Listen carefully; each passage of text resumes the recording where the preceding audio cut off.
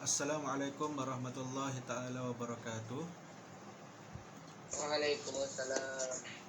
Alhamdulillahi rabbil alamin. Wassalatu wassalamu ala ashrafil anbiya wal mursalin wa ala alihi wa sahbihi ajma'in. Qala rabbi shrah li sadri wa yassir li amri wahlul 'uqdatam min lisani yafqahu qawli. Subhanaka la ilma lana illa ma 'allamtana innaka antas samiul alim wa la haula wa la quwwata illa billahil aliyyil azim. Allahumma aftah alaina hikmataka wansyur alaina min khazaini rahmatika ya arhamar rahimin. Okey, baik, tajuk perbincangan kita hari ini adalah ilmu cahaya kehidupan. Pelajaran yang ke-29 bagi bidang akhlak Islamiah, pendidikan Islam tingkatan 1. Okey. Tengok kewajipan menuntut ilmu.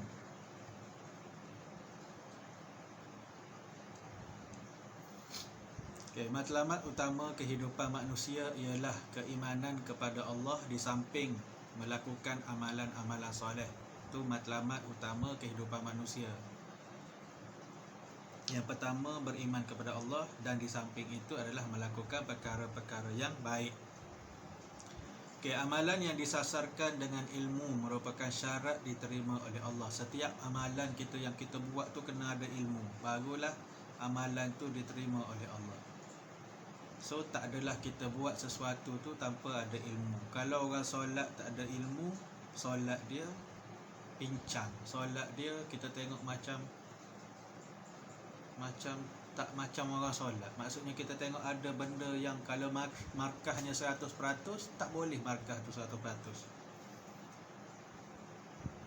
Sebab apa? Dia buat something dengan tak ada ilmu. Sebab itulah nak ilmu kena belajar. Okey, umat Islam dilarang melakukan atau mengatakan sesuatu tanpa ilmu. Kita dilarang untuk buat ataupun kita berkata sesuatu tanpa ada ilmu. Nak tanya pun kena tanya orang yang berilmu. Fas'alu ahla zikri. Kalau kita tanya berkaitan dengan doktor, kedoktoran, berkaitan dengan kesihatan, kena tanya doktor. Jangan tanya tu jangan tanya tukang rumah. Dia tak boleh nak jawab. Saya ni rasa sakit dekat dada ni. Apa pakcik tu kerja tukang rumah. Dia pun bagi kayu lah dekat awak. Manalah aku tahu, dia kata. Dia kena tanya orang yang dalam ahli dia. Dan orang yang dalam ahli dia sahaja, orang yang dalam sesuatu ahli sahaja yang boleh bercakap tentang sesuatu ilmu itu. Doktor boleh cakap bab kedoktoran dia, bab kesihatan. Kita tak boleh nak sewenang-wenangnya kita bercakap mengikut logik akal kita sahaja tanpa kita tu ada ilmu. Oleh itu kita diwajibkan mendalami ilmu pengetahuan sebagai ubat kepada kejahilan. Kita wajib menuntut ilmu. Setiap perkara tu, setiap sakit tu mesti ada ubat. Dan ubat kepada penyakit jahil, penyakit tidak tahu, adalah dengan belajar ataupun menuntut ilmu. Nak jadikan dengan belajar itulah jadi ubat kepada kejahilan kita. Dengan belajarlah kita dapat daripada tak tahu kepada tahu. Dengan belajarlah daripada tak pandai kepada pandai. Macam kita lah, dulu tak kenal pun ABC tu apa. Tiba-tiba kenal ABC, boleh menulis, boleh membaca. Asal daripada belajar. Bukannya lahir-lahir terus boleh baca. Sama juga, ada orang boleh bahasa Inggerisnya okey, bahasa Melayunya okey, tiba-tiba datang bab Quran dia kata tak pandai. Sebab dia tak belajar. Dan semua orang belajar daripada kita nak belajar baca Al-Quran. Awak sekarang boleh baca Al-Quran pun berawal ataupun awalnya belajar alif bata je. Kan? Nak kenal huruf dulu. Alif, ba, ta, sa, jim, ha, kha. Mula daripada situ. Bukannya terlahir-lahir terus saya qulus sufaha, baru lahir ni. Alif lam mim. Zalikal kitabu la raiba fihi hudal lil muttaqin. Terus baru je lahir 2 saat yang lalu terus baca Quran. Tak. Semua orang belajar dulu. Nak dapatkan sesuatu tu, nak dapatkan sesuatu ilmu tu kena belajar. Okey. Kewajipan menuntut ilmu sebagai agenda penting umat Islam telah dijelaskan di dalam hadis berikut. Rasulullah sallallahu alaihi wasallam, hadis Nabi an Anas bin Malik radhiyallahu anhu qala Rasulullah sallallahu alaihi wasallam talabul ilmi faridatun ala kulli muslim. Anas bin Malik radhiyallahu anhu berkata, Rasulullah sallallahu alaihi wasallam bersabda, menuntut ilmu wajib kepada setiap orang Islam. Umat Islam diwajibkan mempelajari ilmu fardu ain seperti tauhid, fiqh, akhlak sebagai asas untuk menjalani kehidupan berlandaskan syariat.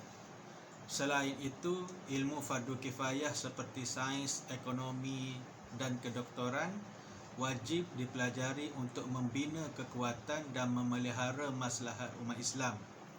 Kedua-dua jenis ilmu ini perlu dikuasai secara seimbang demi kesejahteraan umat dan kegemilangan Islam. Okey, kita nak jadikan kehidupan kita ni berlandaskan syariat, kita kena belajar tauhid, fiqh, akhlak. Sebagai contoh, ilmu fardu ain.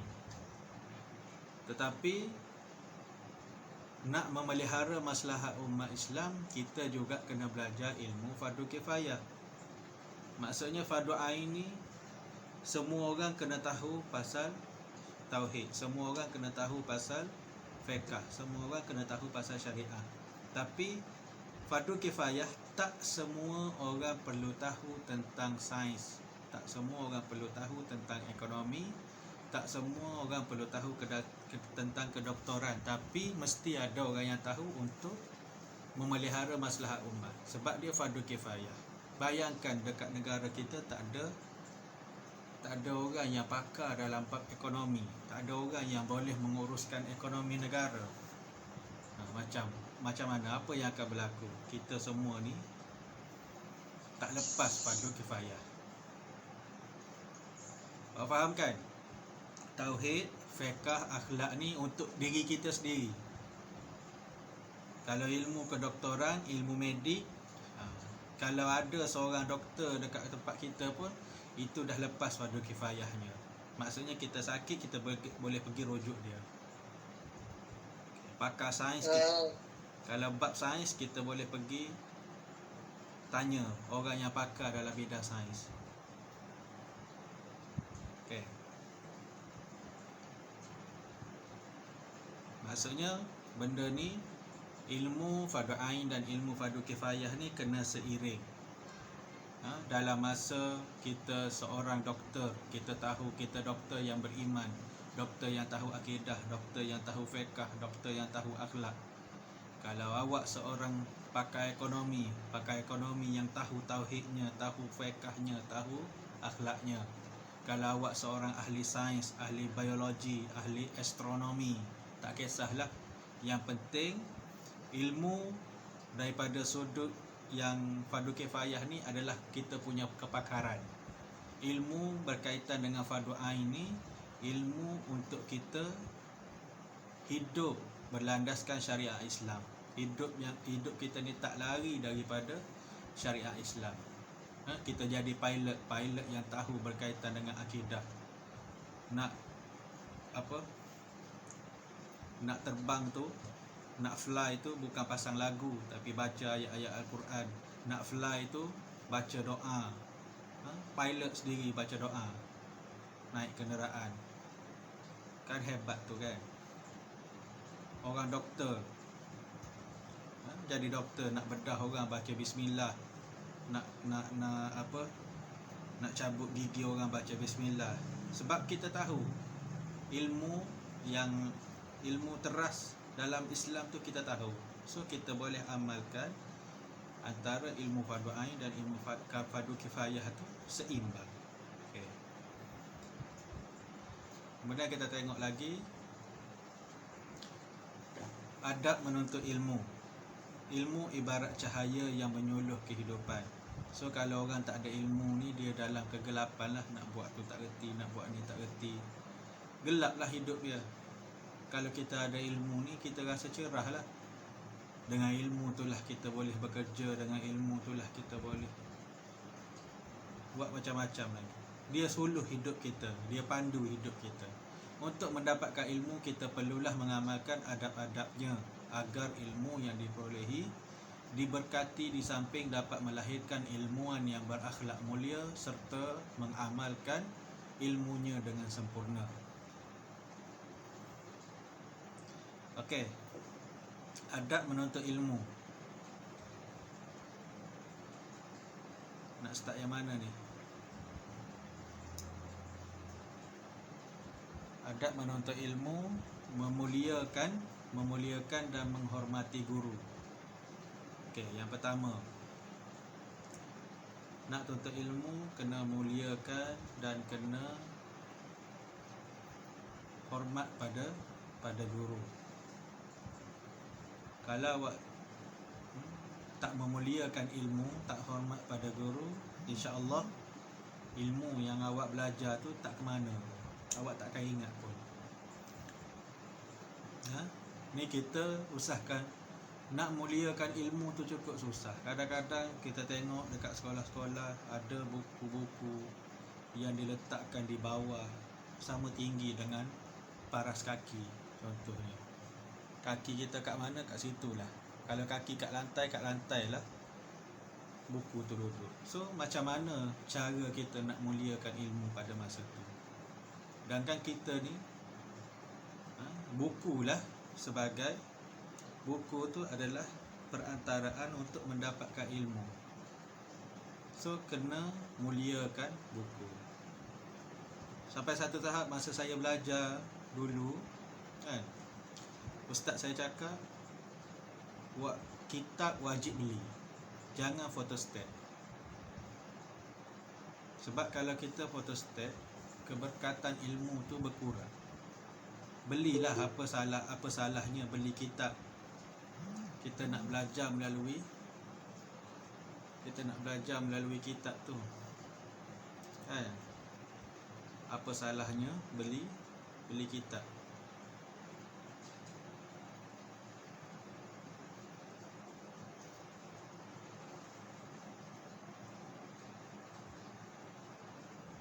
Okey, yang kedua, menjauhi maksiat dan kemungkaran. Semasa menuntut ilmu, jauhi maksiat dan perkara-perkara mungkar, supaya kita dapat ilmu tu dengan mudah. Kalau awak hafal Quran, contohnya hafal Quran, lepas tu awak tengok perkara-perkara yang maksiat, apa yang awak hafal tu hilang dengan begitu je. Dia tak akan lekat. Okey, kemudian mengisi masa lapang dengan perkara-perkara yang berfaedah. Ada masa terluang, kita isi dengan perkara-perkara yang berfaedah. Dah belajar tentang sesuatu ilmu, ada masa terluang, buka balik hafal, contoh dia.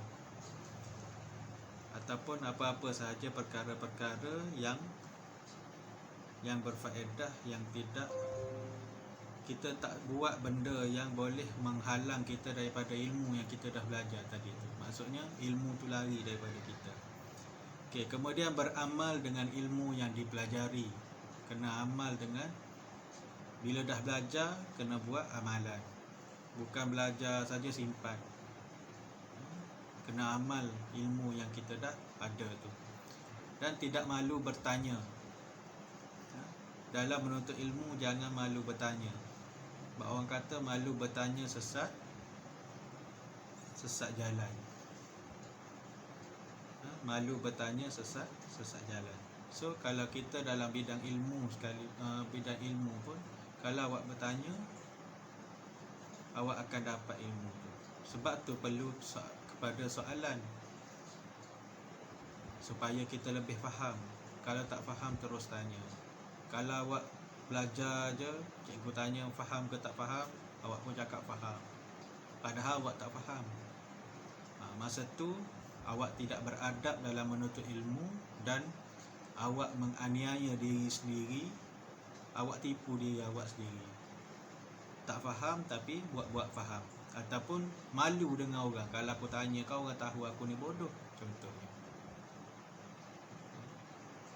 Sebab sebenarnya kalau keadaan dalam kelas, orang yang bertanya tu lagi banyak pahala daripada orang yang menjawab. Disebabkan awak bertanya, bila guru menjawab, orang lain pun sama akan jawab, akan dapat ilmu, akan dapat jawapan daripada tak tahu kepada tahu. Sebab apa? Dia orang pun sebenarnya malu nak bertanya, tapi disebabkan awak yang bertanya, dia orang dapat satu ilmu tu. So awaklah yang dapat pahala yang banyak. Sebab disebabkan awak bertanya, bukan awak seorang je. Cikgu tu tak jawab untuk awak seorang je, pergi berbisik kan, okey macam ni cara dia. Tak, cikgu ke pensyarah ke, dia akan jawab depan orang ramai tu juga. Kalau kata kelas awak ada 20 orang, seorang bertanya, 20 orang akan dapat ilmu tu. So bayangkanlah, kita atas kita, disebabkan kita tanya soalan, kita bersama 19 orang kawan kita lagi tu dapat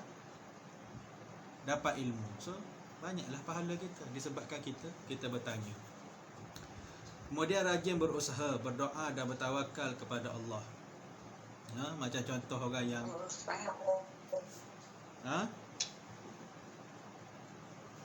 rajin berusaha, berdoa dan bertawakal kepada Allah.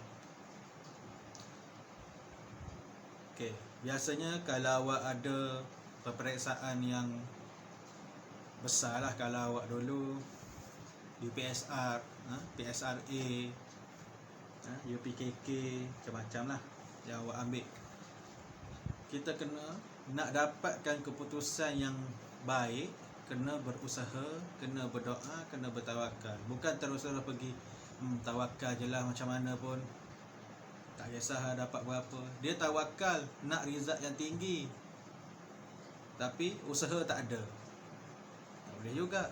Kena ada ketiga-tiganya tu, usaha, doa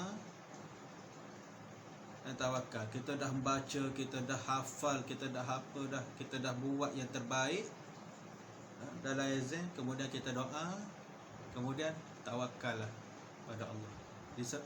Tapi dengan syarat ada usaha dulu, bukannya tawakal semata-mata.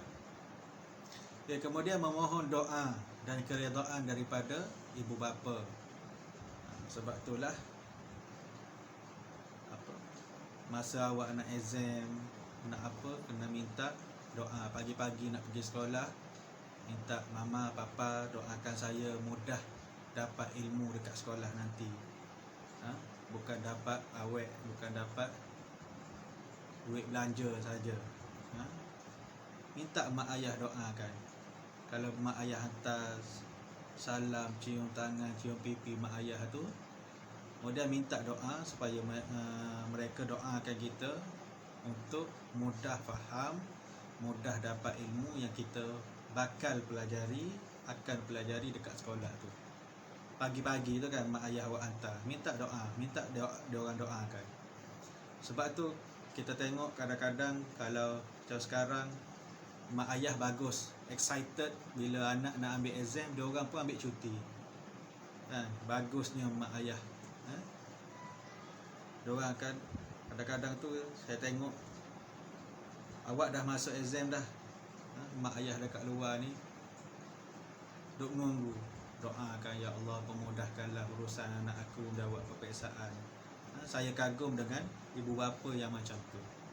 Bukannya kalau mak ayah awak yang tak pernah cuti sebelum ni masa awak exam tu, bukan dia orang tak sayang, dia orang doakan juga dari jauh. Tapi nak kata hebatnya, ada yang sanggup sampai ambil cuti bila anak nak exam. Okey. Kemudian niat menuntut ilmu, ni yang paling penting. Niat menuntut ilmu adalah ikhlas kerana Allah Subhanahu Wa Taala, bukan kerana orang lain, bukan kerana orang, bukan kerana belajar tu dengan niat nak dapat kerja bagus, belajar tu nak dapat pangkat tinggi, niat kerana Allah Subhanahu Wa Taala. Rezeki tu Allah dah tentukan. Yang penting kewajipan kita untuk belajar kita lunaskan.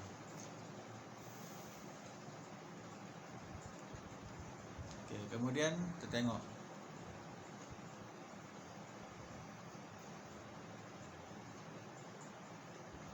kepentingan beradab ketika menuntut ilmu.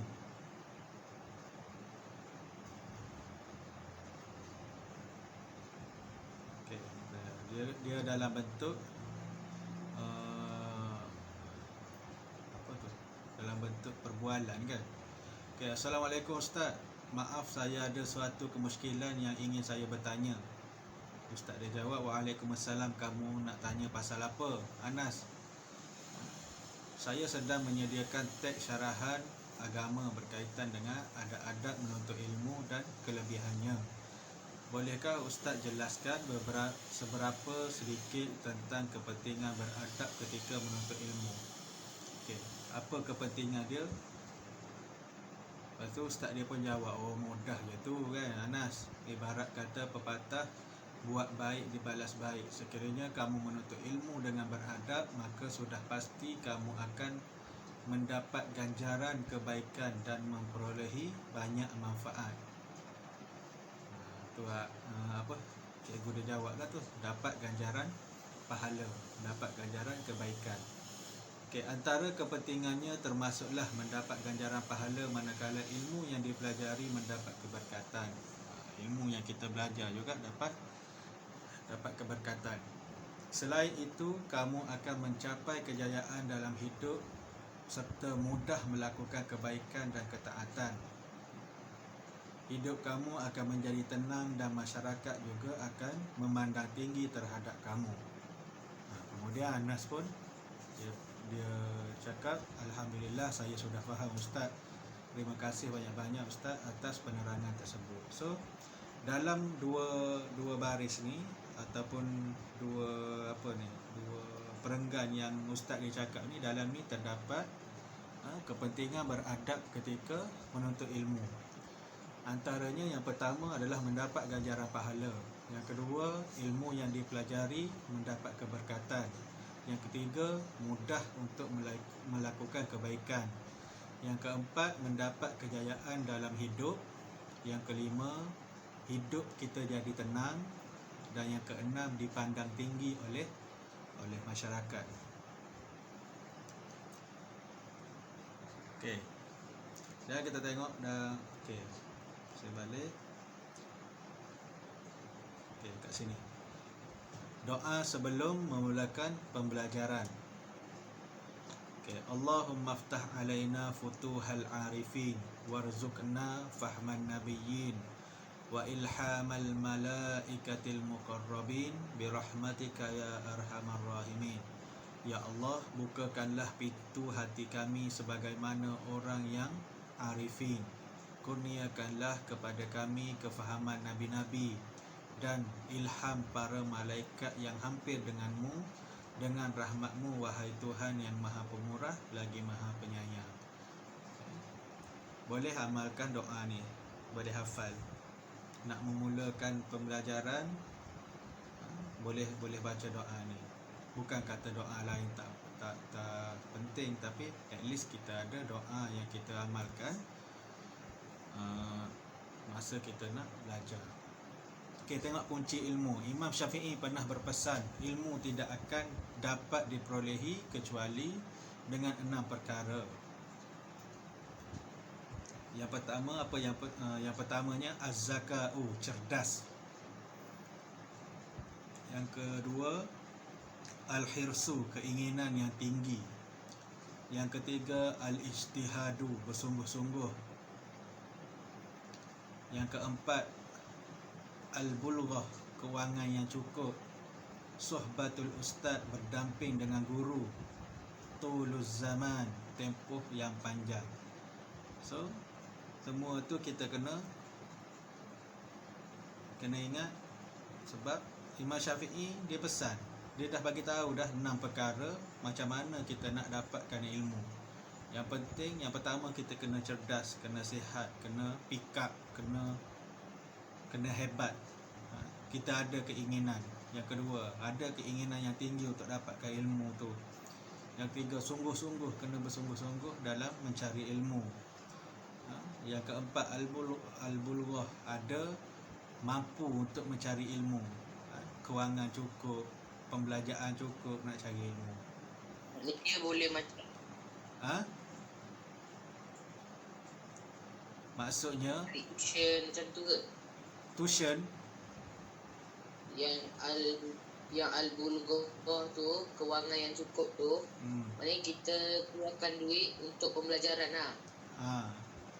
Dia tak semestinya duit. Al-bulughah ni, kewangan yang cukup ni maksudnya kita kalau macam kita sekarang, kita senang buat contoh dia dengan duit lah. Maksudnya kalau mak ayah awak mampu untuk bayar awak punya yuran, so awak boleh belajar. Tu antara salah satunya. Tapi nak dapatkan ilmu ni tak semestinya bersekolah sahaja. Dia macam-macam cara lagi. Ada keinginan, ada kewangan yang cukup ni maksudnya kita mampu untuk pergi cari ilmu tu. Macam orang dulu-dulu pergi, duit tak ada sangat, cukuplah sekadar untuk beli beras dengan ikan kering.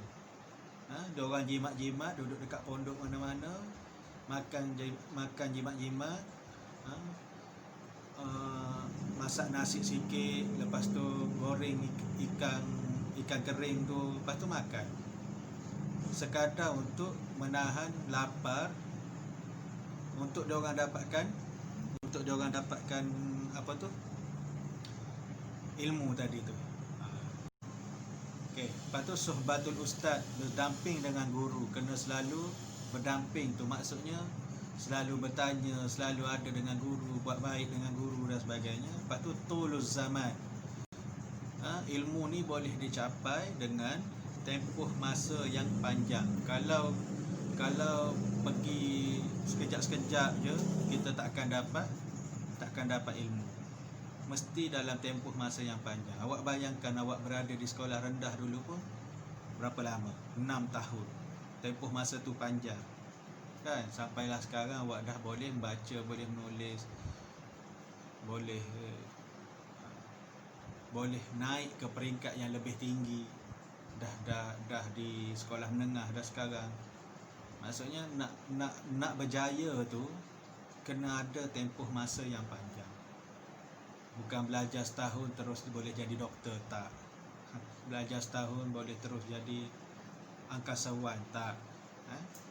Kena ada masa yang panjang untuk mendapatkan satu-satu ilmu, untuk kita betul-betul mahir dalam satu-satu ilmu itu. Okey. Seterusnya, akibat tidak beradab ketika menuntut ilmu.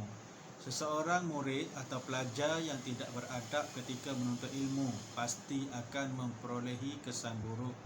Antaranya termasuklah, yang pertama, susah mengingati dan mengikuti ajaran guru. Dia akan susah untuk ingat dan susah nak ikut apa yang guru ajar. Bagi tahu ulang 4-5 kali dia tak faham lagi. Ulang 4-5 kali dia tak faham lagi. Sampai 10 kali ulang pun tak faham lagi. Sebab dia tak ada adab ketika menuntut ilmu. Susah nak ikut ajaran guru. Padahal orang lain satu kelas, orang lain semua faham, tapi tiba-tiba dia seorang je tak faham. So, something wrong with you. Adalah tu yang awak buat perkara-perkara yang tidak beradab ketika menuntut ilmu, sampai ke awak susah nak faham. Duk mainlah apa-apa ke, main pemadam ke, bersembang ke masa cikgu mengajar, macam-macam lah. Okey, kemudian berdosa dan mendapat kemurkaan Allah Subhanahu Wa Taala. Orang yang tidak beradab ni akan dapat dosa, dan dosa tu perbuatan yang Allah marah. Okey, kemudian ilmu yang dia pelajari tidak membawa kebaikan kepada diri dia. Ilmu yang dipelajari tu, dia belajar tapi ilmu tu dia tak boleh nak apply dalam kehidupan dia. Itu akibat tidak beradab ketika menuntut ilmu. Yang seterusnya, mudah terpengaruh dengan unsur-unsur negatif. Belajar elok dah tapi masih lagi terpengaruh dengan perkara-perkara yang tak baik. Kemudian ilmu yang dipelajari tidak mendapat keberkatan, tak ada berkat langsung. Allah tak berkatkan ilmu dia tu. Sebab itulah dia tak boleh nak guna ilmu dia untuk kehidupan dia. Kemudian dipandang hina oleh guru dan rakan. Orang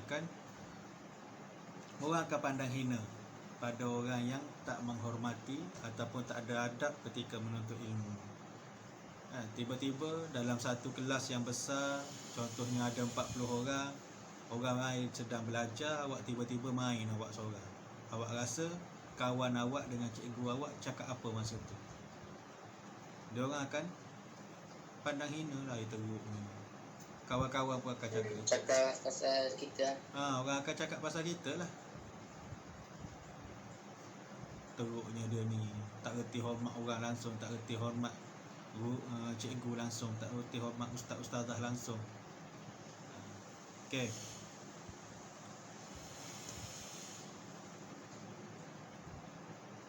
Kemudian kita tengok lagi apa? Kelebihan orang berilmu.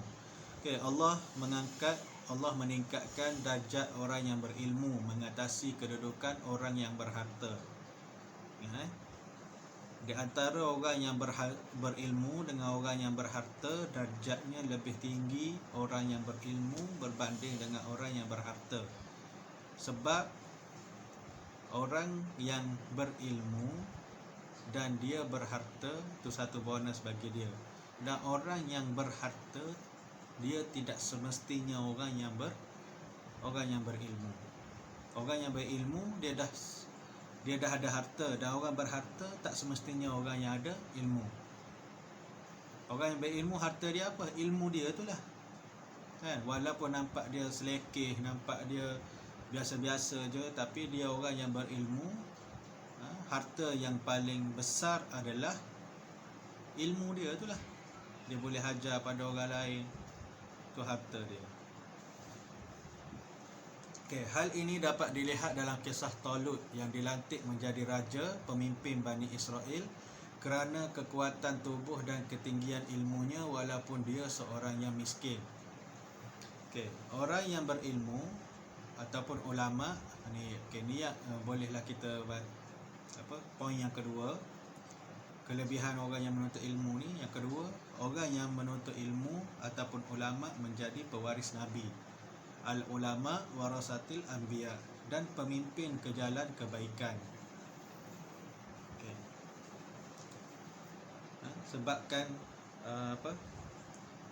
contohnya apa yang Nabi ajar daripada zaman Nabi dahulu, kalau tidak diwarisi oleh orang yang berilmu pada masa tu, mungkin kita takkan tahu sekarang macam mana cara nak solat, macam mana nak puasa, macam mana nak buat haji. Kan?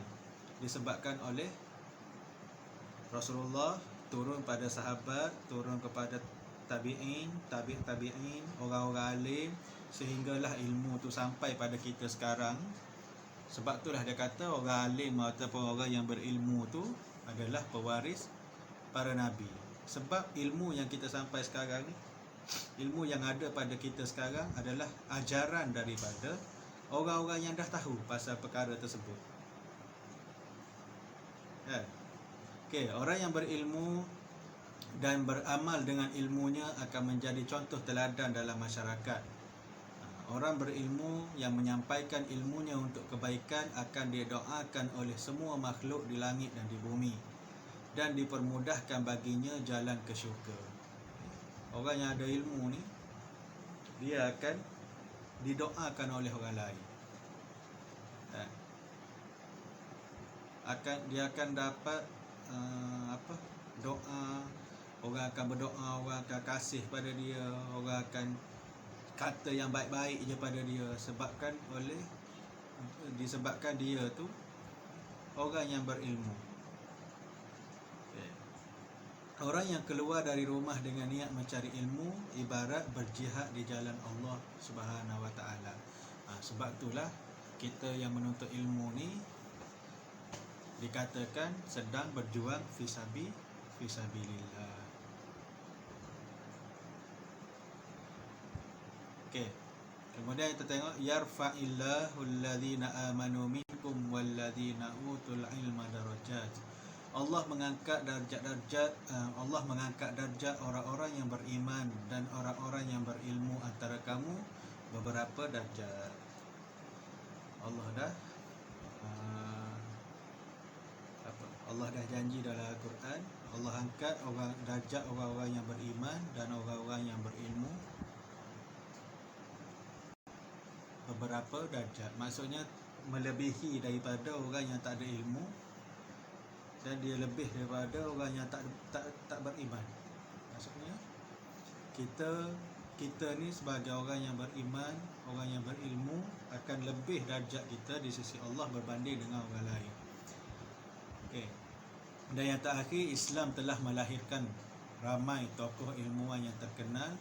Antaranya termasuklah Imam Abu Hanifah, Imam Malik, Imam Syafi'i dan Imam Ahmad. Ni ulama-ulama fiqh yang mana sekarang pun kita dipanggil Imam 4 mazhab. Imam Abu Hanifah mazhab Hanafi, Imam Malik mazhab Maliki, Imam Syafi'i mazhab Syafi'i, Imam Ahmad mazhab Hambali. Semua ni adalah imam-imam dalam bab fiqh. Yang mana kita di Malaysia ni kita guna mazhab Syafi'i. Okey, yang kedua Ibnu Sina. Ibnu Sina ni antara tokoh ilmuwan dalam bidang perubatan. Al-Khawarizmi bidang matematik, Al-Farabi bidang falsafah, dan yang terakhir Al-Jabir bin Hayyan bidang kimia. Dan banyak lagi ilmuwan Islam yang kita tak sebutkan pada kali ini. Dan awak kena yakin bahawa menuntut ilmu tu adalah fardu ataupun wajib bagi orang Islam. Jangan kita rasa sesuatu ilmu tu tak penting bagi kita disebabkan oleh mungkin mak ayah kita kaya, tak payahlah nak tuntut ilmu. Buat apa, duit dah ada. Mak bapak aku punya duit pun tak habis nak makan. Tapi cuba bayangkan, kalau mak ayah dia bagi duit pun, kalau dia tak ada ilmu nak uruskan, macam mana pada masa tu? Boleh ke dia uruskan duit yang dia ada tu? Silap-silap tak sampai separuh hari duit tu dah habis, sebab dia tak ada ilmu nak uruskan. Orang yang ada ilmu dalam pengurusan duit ni, orang bagi duit kat dia jadi modal. Dia buat perniagaan, ada benda yang dia nak buat untuk duit yang dia ada tu, untuk harta yang dia ada tu. Okey, semua faham Ada soalan? Cuba tengok balik slide tu, jap nak tengok balik. Yang mana?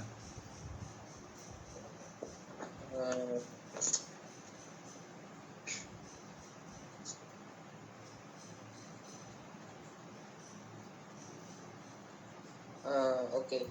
Ni. Kat sini. Apa? Ada Akibat soalan? tidak ni dah saya kurang faham sikit tu. Yang mana?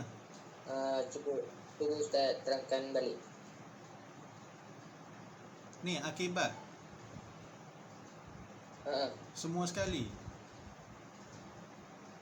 Ya. Taklah yang poin-poin itu. Saya jap. Mana tadi? Ni yang unsur-unsur negatif tu. Unsur-unsur negatif, mudah terpengaruh dengan unsur-unsur negatif. Dia tak ada adab dalam ilmu, tak beradab ketika menuntut ilmu, mudah terpengaruh dengan unsur-unsur negatif ni. Maksudnya dia tak ada fokus dalam masa dia belajar tu, dia tak ada fokus. Sedangkan unsur positifnya adalah dia tumpukan ataupun dia fokus kepada apa yang guru tengah ajar, cikgu dia tengah ajar. Oh, dia bercakap kat belakang. Dia bercakap kat belakang, dia main, dia apa, itu unsur negatif. Saya ingat macam yang tak baik ke, saya ingat tu. Itu unsur negatif ketika masa kita sedang menuntut ilmu tu. Kalau kita, unsur negatif dia banyak lah. Unsur negatif semasa belajar, unsur negatif selepas belajar. Orang ajar benda baik, kita buat benda buruk, tu unsur negatif lepas belajar. Kan? Okey, boleh? Okey, faham. Okey. Dari saya tak boleh. Okey, tak apa. Okey, wallahu a'lam bissawab. Assalamualaikum warahmatullahi taala wabarakatuh. Terima kasih join kelas saya. Waalaikumsalam. Terima kasih Ustaz. Sama-sama.